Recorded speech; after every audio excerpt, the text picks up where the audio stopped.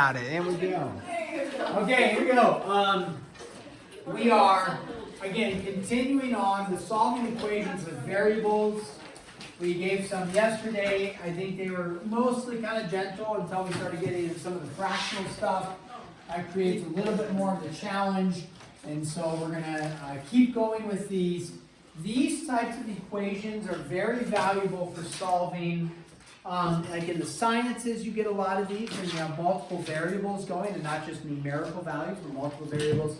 We do a lot of it in calculus as well, and then a little bit in pre-calc. So you see some of these things later on, and you'll see them, like I said, in the sciences for some of this stuff. So let's go ahead and take a look at solving here.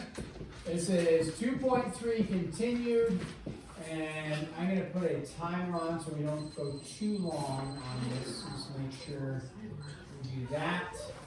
So solve, and this, I don't know what example this is for you. Anybody know what number it is? 8, 6. What? 8. Oh no, 7.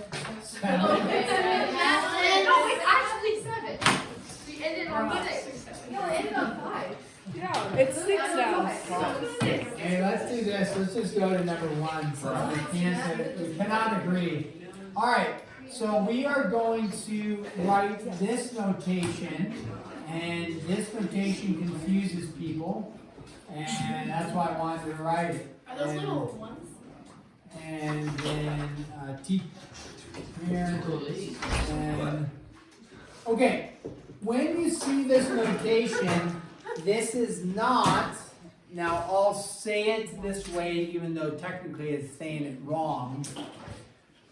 You know, but I'll say P1 V1. It's actually P sub 1. It's a subscript, and then V sub 1, and then we have T sub 1, and then we have P sub 2, V sub 2, T sub 2.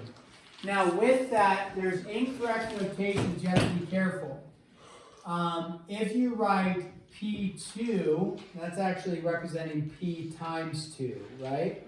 And then P squared is actually representing P squared. So it's neither of these, it's P sub 2. I get a little lazy and I just say P2. But when we visually see it, we know it's not actually saying P times 2, it's P sub 2. What it represents is actually a pressure and a volume and a temperature for some sort of science equation. And what this is representing is pressure 1, which is different than pressure 2. They're same variable P, but 2 different numbers. So it's like 2 different variables. You have to think of it as 2 different variables. It can get confusing because people want to combine the P's.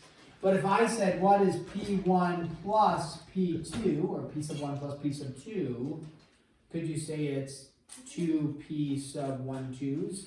Could you say there's 2 of them like this? The answer is no. But if I said, hey, what's P plus P? 2. Or, yeah. Not P squared, it's what? 2P. But that's because this P and this P are the exact same. Is this P and this P the exact same? No. Therefore, can we combine them? No. Okay? So keep them separate. Can be a little bit confusing. Don't write, because you will, P squared. I might take a point off when you start putting that notation. All right, now, here we go. If we want to solve for P sub 2, it's right here. What's attached to the P sub 2?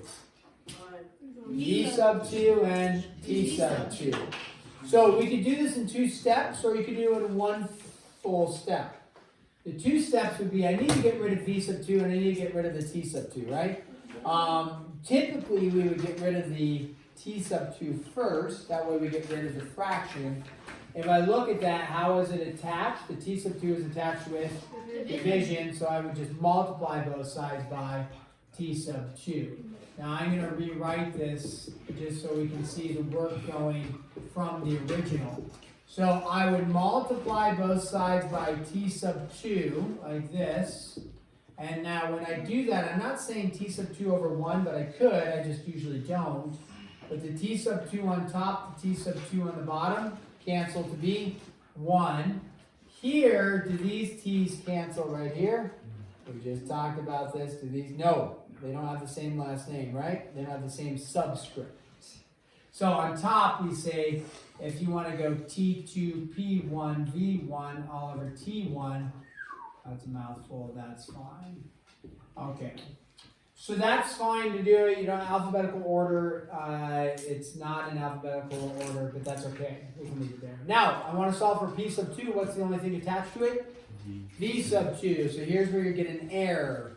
Your error is actually not a mathematical error, it's a notational error.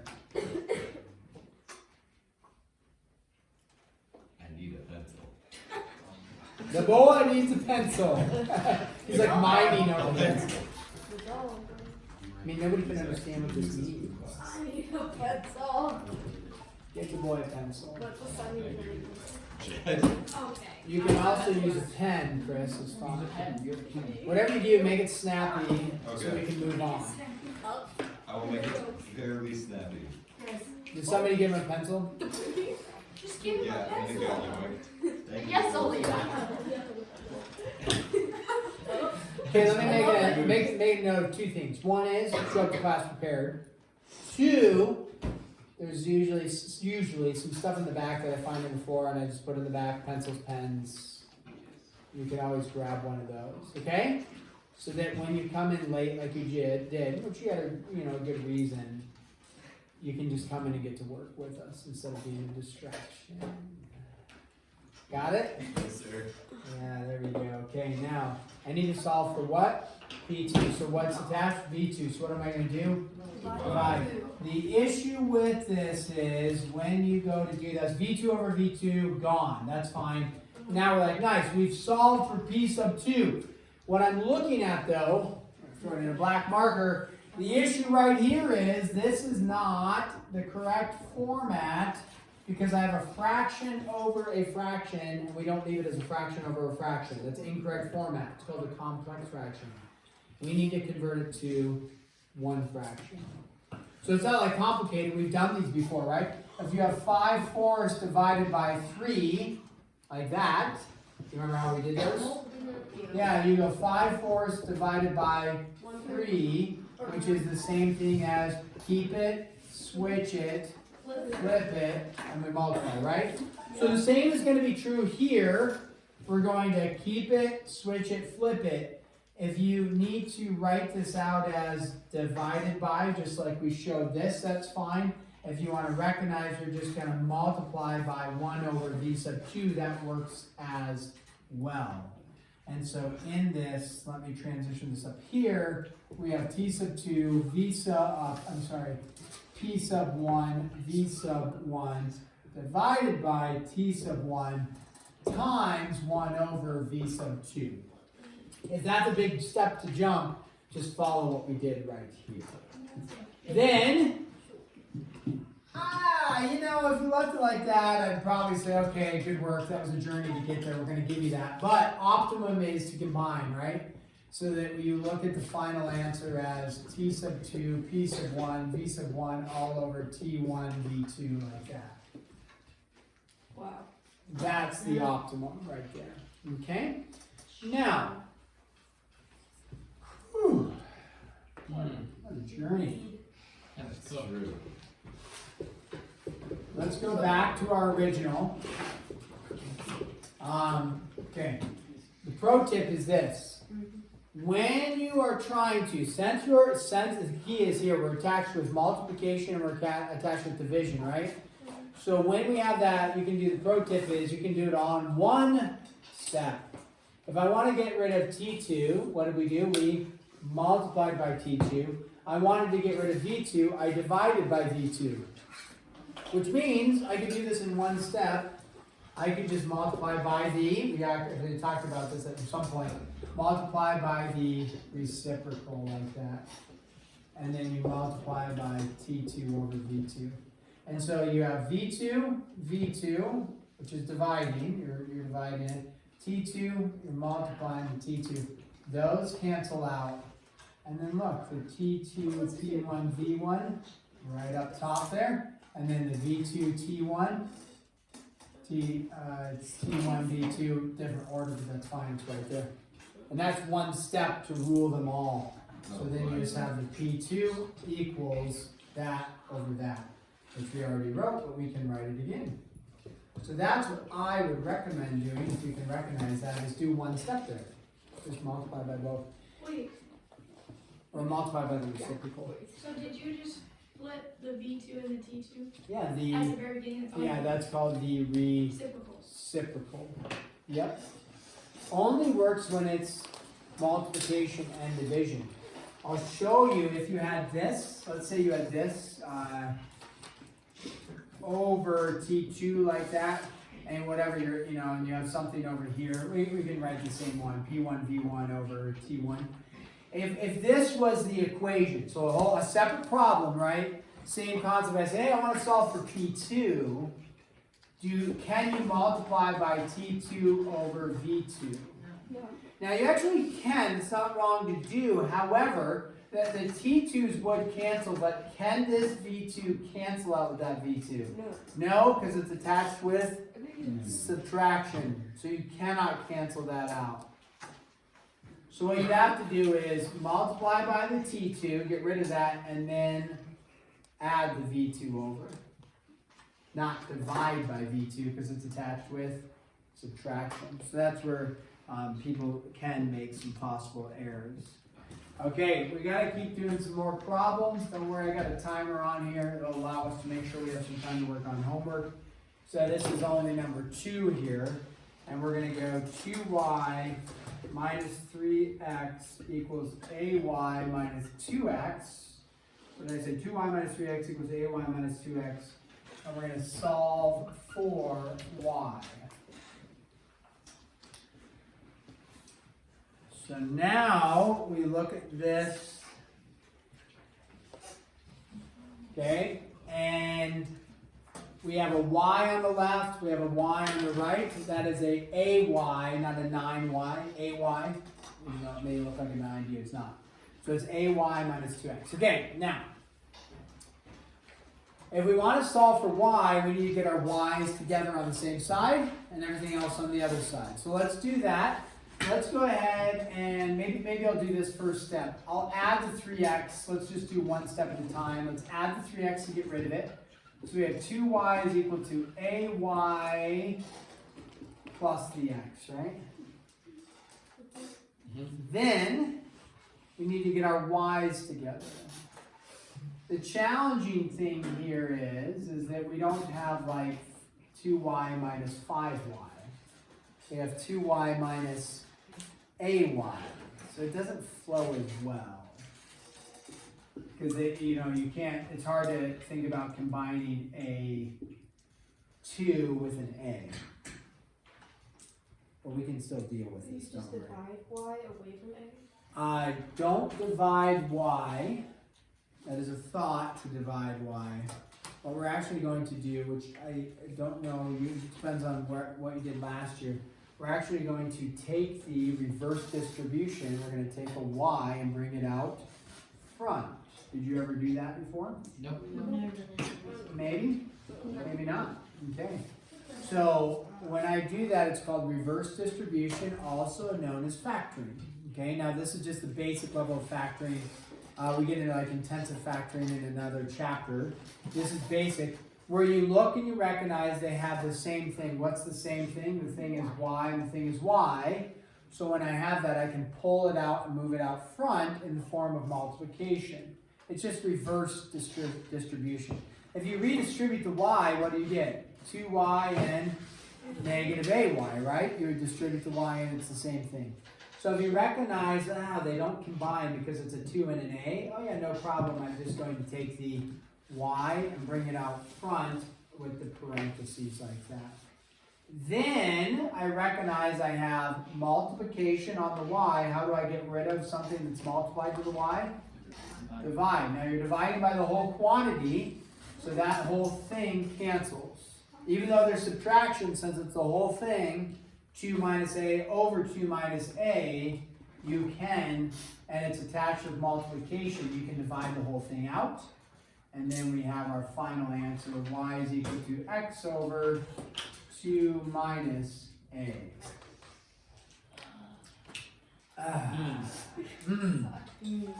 Yep. Interesting. Okay. Excuse me here. Okay, good. We're making some headway. Let's do another one like this. Again, I want to give you lots of problems. Capital P and X equals QX minus the R.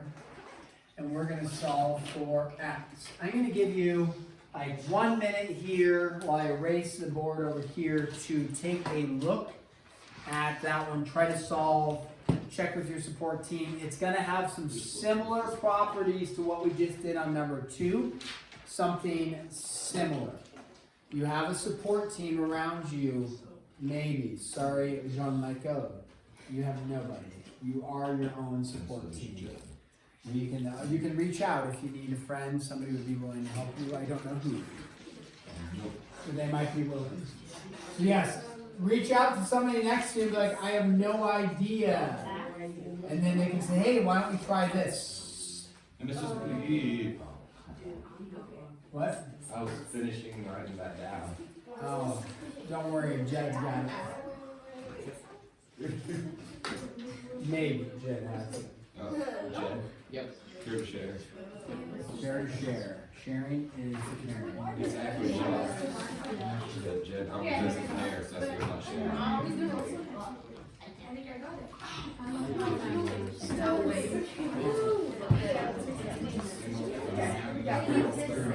So I think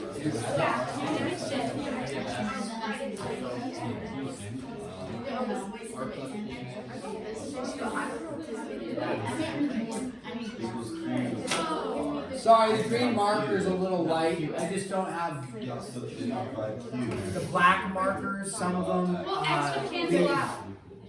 stuff on the board. Because extra, yes, that's what.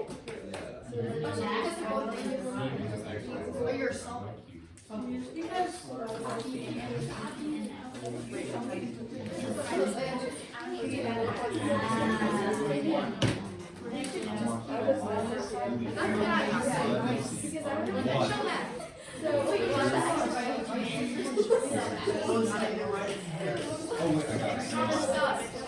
I'm not sure.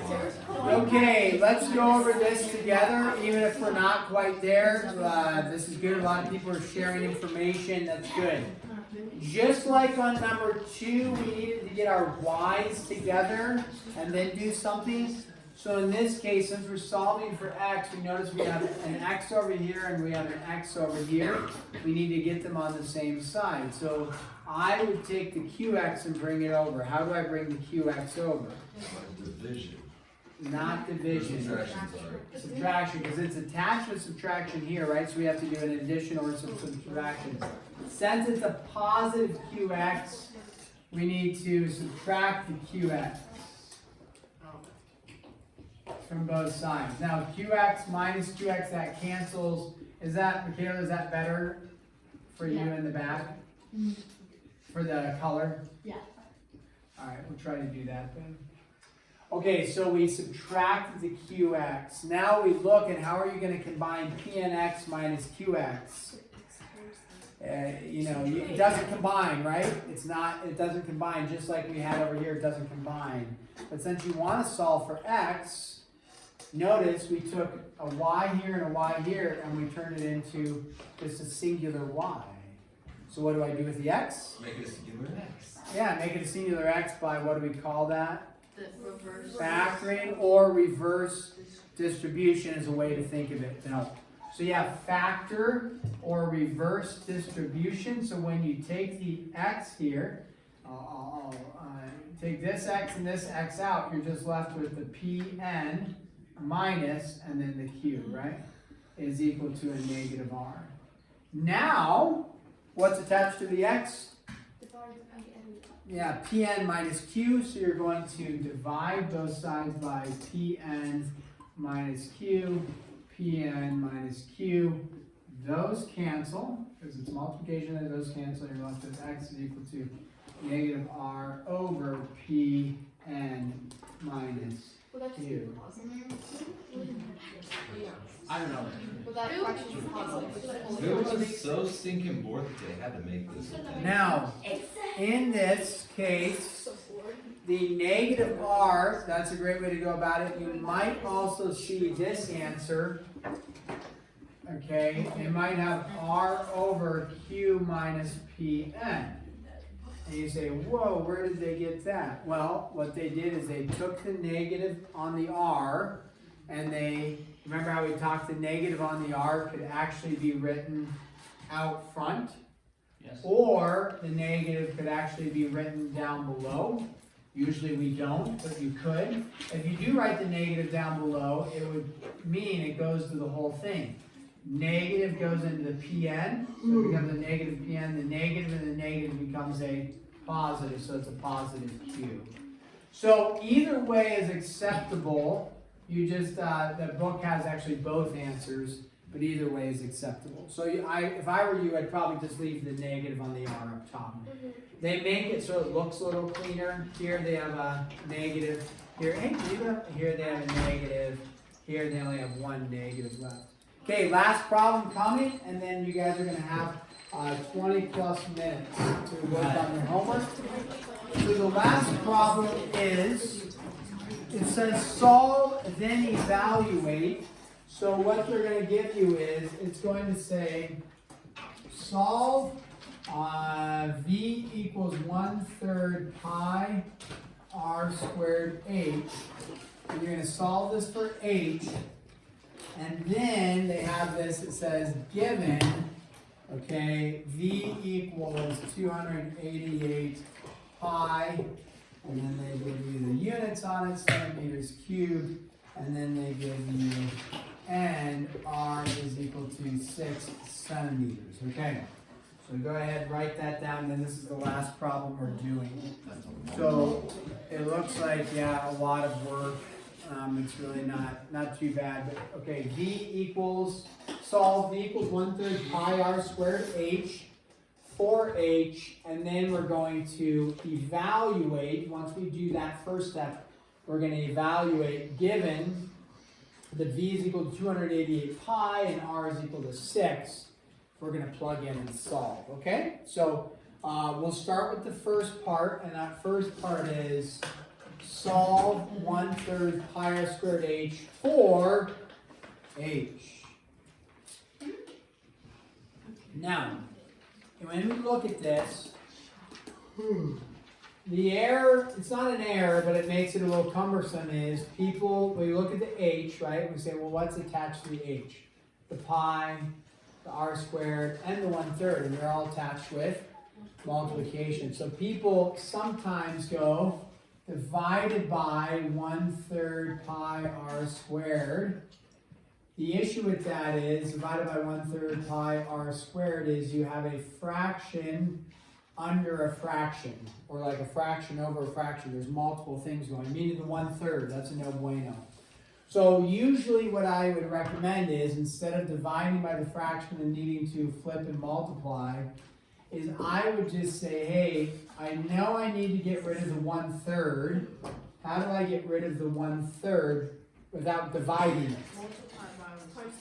Multiply by the reciprocal. So multiply both sides by 3. So now you have 3v is equal to pi r squared h. What did I do? I just multiplied both sides by 3. Okay? So look at the fraction, multiply by the reciprocal, and then now, if I want to solve for h, I'm going to divide both sides by what? Pi r squared, because they're all attached with multiplication, so pi r squared. Those cancel, and you're left with h is equal to 3v over pi r squared, like that. Just flipping things around, the h goes to the left-hand side. Okay, so now that I have that, that was phase 1. Phase 1, done. Okay, phase 2 is do what? Evaluate. Evaluate means to plug in, and we're just going to plug in our two things. We're going to plug in the volume is 288 pi, the radius is 6. So I come over here, I see a volume, and I see a radius. I'm going to plug in for those.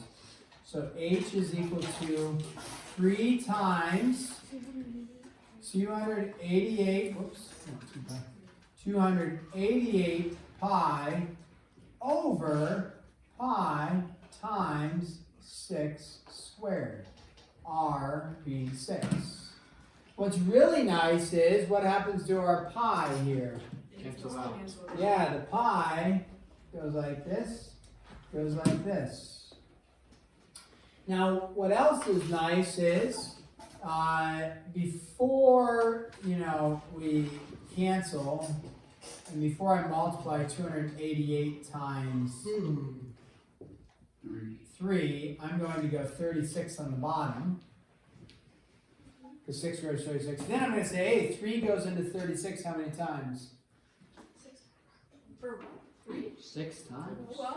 12 times. And then you can go 12 goes into 288. You can either do some longhand math Or just 24. or recognize it's just what? 24 and then ultimately centimeters. If you don't recognize that 12 goes into 288 24 times, that's okay. You can do the long division real quick on it. Okay? And then so your two parts are get this done and then plug in and get this back out done. Okay? So that concludes 2.3. Use the remainder of the time to work on 2.3, or you can challenge yourself on 2.4 if you're done with 2.3. Or you can help people on 2.3 if you're done and you completely understand it and you're bored out of your mind. You can help people on 2.3 because there are some people that are not bored out of their mind.